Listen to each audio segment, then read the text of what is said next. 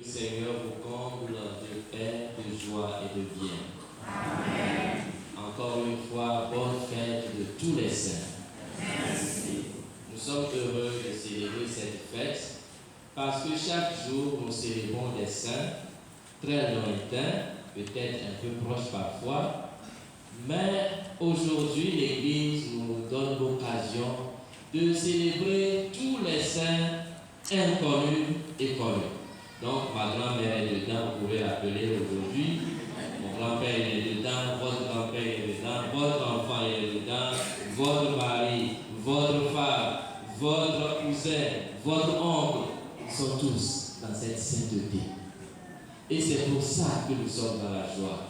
Dans le credo que nous récitons tous les dimanches, les solennalités, nous disons « Je crois en la communion des saints ». Alors quand je crois à la communion des saints, je crois que ceux qui m'ont dévancé et moi aujourd'hui, nous sommes en union. Nous parlons de l'Église militante que nous sommes parce que nous sommes dans le combat quotidien pour avoir la vie éternelle. Nous parlons de l'Église souffrante, l'Église des âmes du purgatoire. Nous parlons de l'Église triomphante, ceux qui sont dans la vie éternelle, dans le paradis. Et donc, nous avons l'unité de ces trois niveaux d'Église et nous célébrons cela dans la communion des saints. C'est une grande joie pour nous. C'est aussi une invitation à se rappeler de l'appel universel à la sainteté. Chacun d'entre nous, nous sommes appelés par Dieu à la sainteté. C'est la vocation première de toute personne créée par Dieu. Dieu voudrait que l'homme soit en communion parfaite avec lui, dès ici-bas, mais en plus dans la plénitude de la vie éternelle. C'est pour ça que nous sommes créés, être en communion avec Dieu.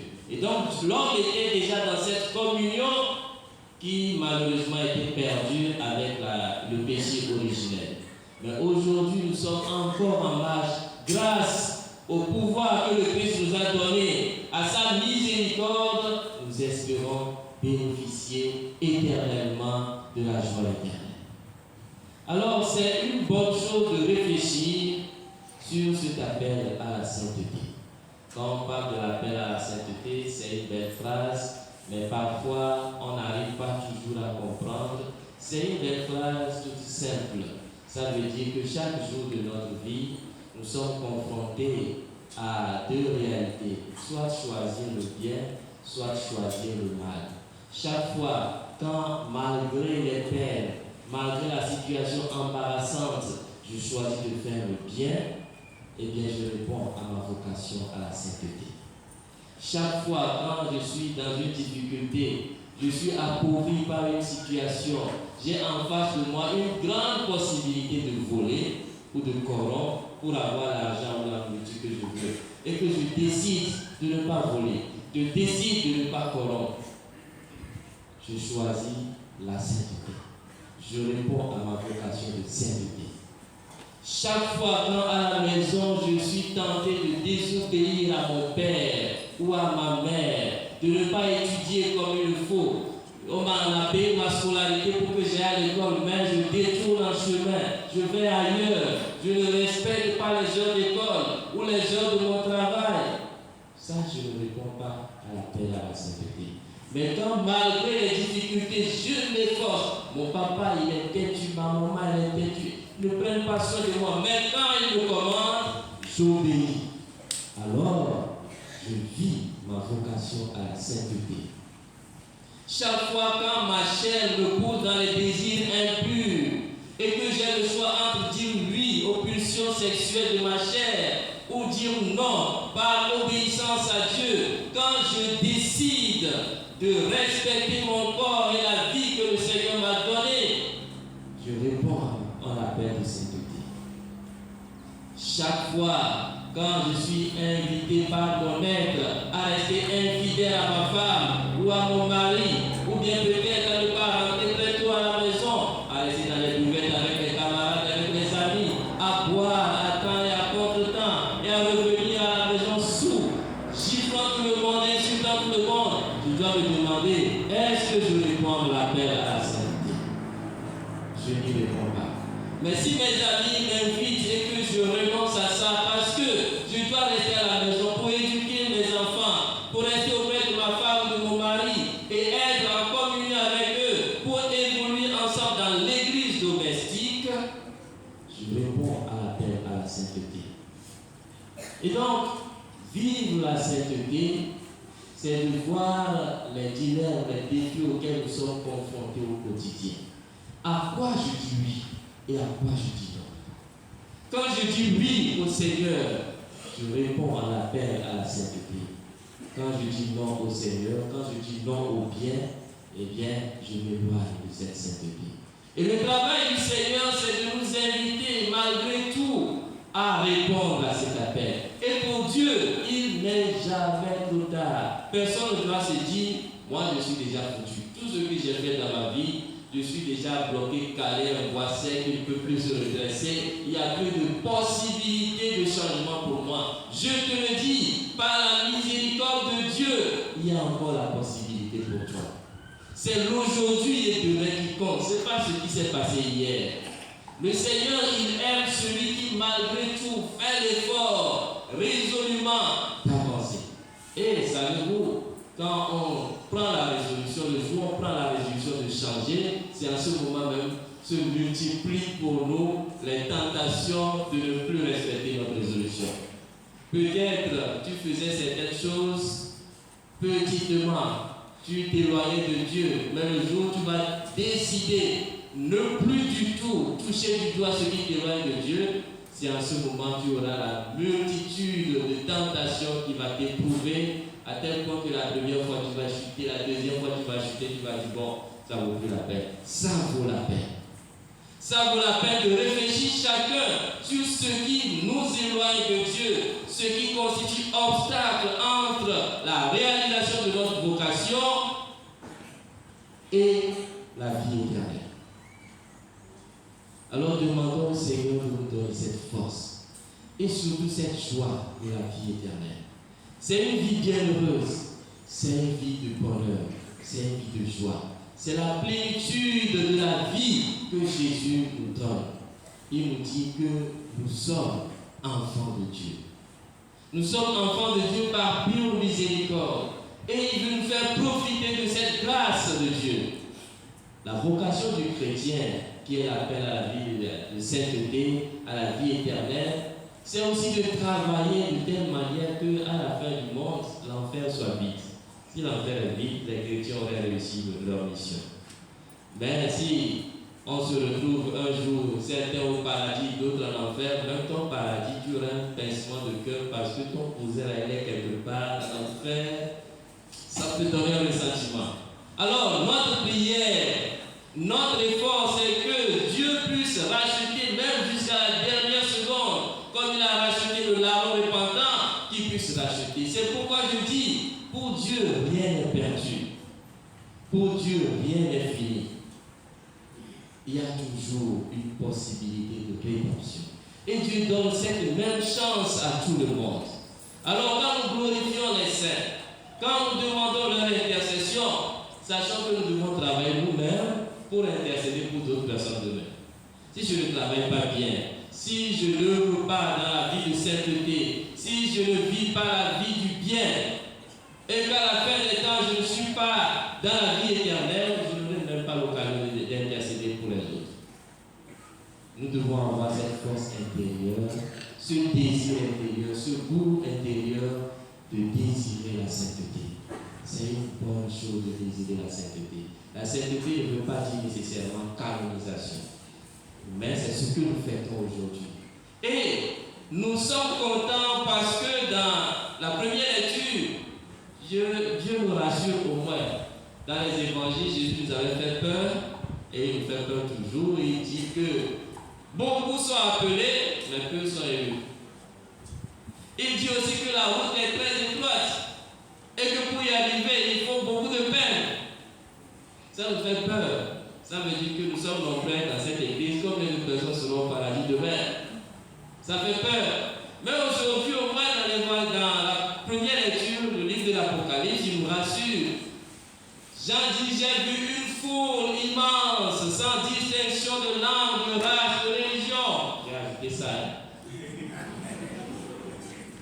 Mais il a vu cette foule immense. Et cette foule immense, c'est vous et moi. Nous sommes appelés à rentrer dans cette foule immense. Comment faire pour que nos noms soient inscrits dans le livre de vie? Ce n'est pas un nom déjà inscrit ou quel que soit le cas, bon, ça va rester là. C'est nous qui devons travailler pour que nos noms soient inscrits dans le livre de vie, pour que nous soyons parmi cette foule immense, vivant dans la joie. Parce que quoi? Parce qu'ils ont lavé leur robe dans le sang de l'agneau. Dans l'évangile que nous avons écouté, c'est l'évangile des Béatitudes, il y a ce mot qui est revenu plusieurs fois, d'ailleurs c'est pourquoi on appelle Béatitude, heureux. Heureux. Heureux. Au moins une dizaine de fois, on a prononcé le mot heureux ici. Alors je voudrais dire que celui qui veut répondre à l'appel à la sainteté doit être un homme, une femme joyeux. Il faut vivre dans la joie. Il faut vivre dans ce qu'on appelle la spiritualité de la joie. Voyez-vous, quand Jésus dit heureux, il n'a pas dit heureux parce que vous êtes riche, heureux parce que la vie vous sourit à tout moment, heureux parce que dans votre famille il n'y a aucun problème, heureux parce que vous êtes chrétien, vous n'avez aucun souci. Jésus n'a pas dit ça. Il dit heureux et il met un contraire à la suite. Heureux les pauvres de cœur. Heureux les artisans de paix. Pour être artisan de paix, il faut baver, il faut souffrir. Heureux les miséricordieux. Pour être miséricordieux, oh là là, c'est pas simple. Heureux serez-vous lorsqu'on vous persécute. Alors, heureux, la spiritualité de la joie. Je vous invite, puisque nous sommes appelés à cette vie de sainteté, à cultiver la spiritualité de la joie. Comment cultiver cette spiritualité de la joie? Il s'agit tout simplement, même dans les moments difficiles, de savoir sourire. Il s'agit d'éviter de faire de notre vie des litanies de plaintes. Parce que les problèmes, qu'on le veuille ou pas, ça va venir. C'est pourquoi, quand on souhaite les vœux de début d'année, on ne dit pas que le Seigneur éloigne de toi tout problème. Non, on dit que le Seigneur donne des solutions à tes problèmes. Parce que les problèmes seront au rendez-vous. Mais le plus important, c'est d'avoir le courage de combattre et avoir des solutions à ces problèmes. Alors la spiritualité de la joie nous invite à ne pas rester dans la plainte pendant que nous vivons les moments difficiles, les moments d'épreuve, mais à vivre l'exaltation. Rappelez-vous le Christ, la veille de sa passion, sachant tout ce qui allait lui arriver, qu'il allait être arrêté injustement, qu'il allait être flagellé, qu'il allait être couronné d'épines, qu'il allait porter sa croix et qu'il allait mourir misérablement sur une croix. Malgré tout ça, quand Jésus voulait parler à ses disciples, il dit, Père, l'heure est venue, glorifie ton Fils. Ou glorifie ton nom. Il parle de la glorification. Il dit, Père, l'heure est venue pour moi de rentrer dans la gloire que tu m'as préparée. Il parle de la glorification alors qu'il attendait une grande épreuve, une grande souffrance d'une grande envergure. Alors, il vit dans la glorification. Et il exalte le Père pour tout ce qui va lui arriver. Alors Jésus n'est pas resté dans la plainte. Il n'est pas resté dans les lamentations. Mais parce qu'il a vécu dans la spiritualité de la joie, il a pu porter cette croix. Il a pu accomplir cette mission. Et il s'en est sorti. Ressuscité. Alors nous aussi, quand nous vivons nos moments d'épreuve, nos moments difficiles, nos moments de choix difficiles, nos moments parfois compliqués, rappelons-nous de cette spiritualité de la joie. Je me rappelle aussi, dans le livre des Actes des Apôtres, Paul et Silas qui étaient mis en prison parce qu'ils proclamaient le nom de Dieu, parce qu'ils proclamaient Jésus-Christ ressuscité. Paul et Silas ont été mis en prison. Ils n'ont pas passé leur temps en prison à se lamenter, à pleurnicher. On a dit que dans la prison où ils étaient, ils se sont mis à chanter, à louer Dieu dans cette situation. Si c'était moi, j'allais dire, bon Seigneur, c'est quoi le problème? Moi, je veux t'annoncer, je me retrouve en prison. Moi, je ne vais plus parler de toi là. Si tu ne me sors pas d'ici, tout de suite, c'est fini entre toi et moi. C'est ça, parfois, nous disons, Seigneur, dans nos maladies. Seigneur, comment moi je peux aller à l'église chaque dimanche, mais chaque jour, et je tombe encore malade? Mais est-ce que tu es Dieu des dieux? Est-ce que tu es vivant? Qu'est-ce que je vais adorer là-bas? Ah Seigneur, si tu ne me guéris pas, c'est fini entre toi et moi. Bien, je vais à mon examen, peut-être c'est un bac, peut-être c'est un BPC. Seigneur, moi je vais quand même à l'église chaque fois. Je fais la chorale, je suis dans l'équipe liturgique, je suis servant, et je suis encore. Mais Seigneur, ça veut dire que tu n'existes pas. Si tu existais, est-ce que ça allait arriver? Ah non, c'est fini entre toi et moi. Donc tu adorais le Seigneur pour le bac. Tu adorais le Seigneur pour la réussite seulement. Le Seigneur nous appelle plutôt à la glorification. Lorsque ça va mal, on continue à le chanter, à le louer. Et quand on le fait, ça peut arriver comme Paul et Silas dans leur prison, où ils louaient le Seigneur. En ce moment même, les chaînes se sont déliées. Les portes de la prison se sont ouvertes. C'est la louange qui les a libérés. Ce ne sont pas les plaintes qui les ont libérés. C'est la glorification qui a fait ressusciter Jésus. Ce ne sont pas les plaintes à l'infini. Alors en cultivant la spiritualité de la joie, c'est une prière pour nous adressée à Dieu lorsque nous glorifions le Seigneur dans nos moments difficiles. Job l'a souvent dit, le Seigneur a donné, le Seigneur a ôté, que le nom du Seigneur soit loué. Alors quand on vit cela, quand on fait cela, on rentre dans cette spiritualité du heureux, du bienheureux, malgré la situation difficile, c'est une guérison intérieure pour nous. C'est une prière adressée à Dieu, puisque la plainte, et ça attire le bien sur nous. La glorification, la joie que nous exprimons dans nos situations difficiles attire le bien. La récompense du bienheureux, la récompense de la béatitude entre en nous, dans notre vie, dans cette vie, spiritualité de la joie. Même quand on vit dans la plainte, je suis malheureux déjà, je suis malade, je suis souffrant, j'ai des malheurs autour de moi et je continue à multiplier mes lamentations, eh bien, ça va augmenter, ça va augmenter, ça va augmenter. C'est comme si j'attire sur moi de l'énergie négative. Je ne dois pas passer ma vie à attirer de l'énergie négative sur moi. Jésus dit aujourd'hui, heureux serez-vous, heureux, bienheureux, heureux, bienheureux. Gardez cette phrase de heureux. Le Seigneur nous invite à la joie. La joie ne veut pas dire absence de problème, mais soyons heureux.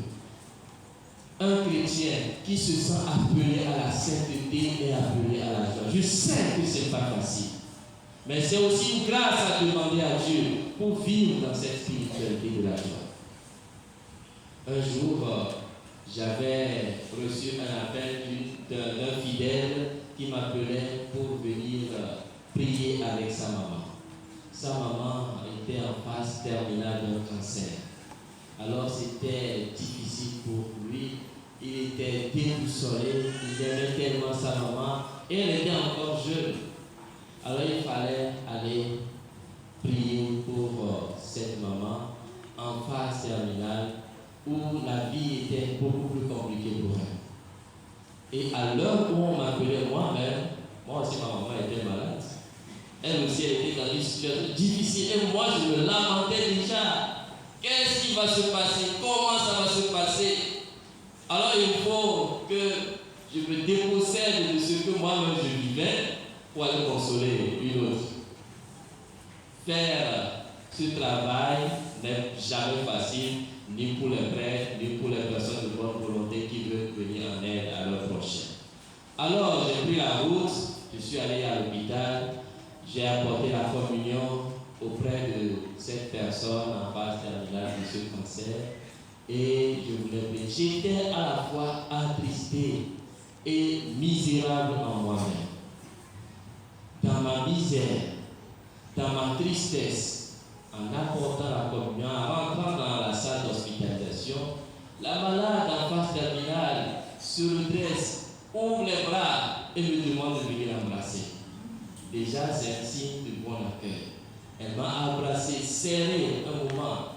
Elle m'a dit, ah, j'étais là, je me suis demandé comment je vais faire, comment je vais mourir, et que je te vois venir. Je me dis, moi, misérable personne comme ça, comment est-ce que mon Christ est venu jusqu'à moi?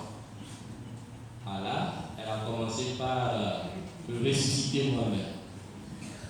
Malgré tout ça, j'étais un peu perplexe parce que tu ne sais pas comment réagir, comment agir dans une situation pareille. On a commencé la célébration. À peine lui avoir donné la communion, elle a reçu la communion. C'est elle qui a commencé par entonner le chant. Rendez grâce au Seigneur car il est bon. Je dis, mais ça, c'est une exaltation. C'est un signe d'une joie ou d'une spiritualité de la joie dans les moments difficiles. Quand tu rencontres de tels malades, tu t'en sors totalement réjoui. Et tu t'en sors rempli de grâce et de bénédiction.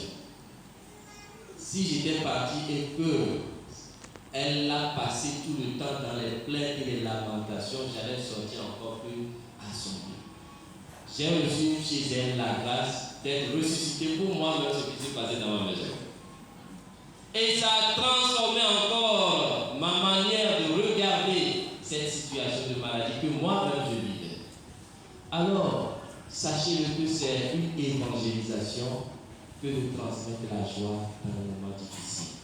Demandons au Seigneur de nous faire vivre ces deux piliers essentiels. Nous rappelons toujours que nous sommes appelés à la sainteté. Et donc, en choisissant le bien au lieu du mal, dans le quotidien de notre vie, dans les moindres détails, les moindres choses, rappelons-nous aussi de cette spiritualité de la joie que nous sommes appelés à vivre. L'évangile d'aujourd'hui nous dit heureux, heureux, heureux. Soyons heureux, même si c'est difficile. C'est une grâce à demander au Seigneur au cours de cette Eucharistie. Loué soit Jésus-Christ.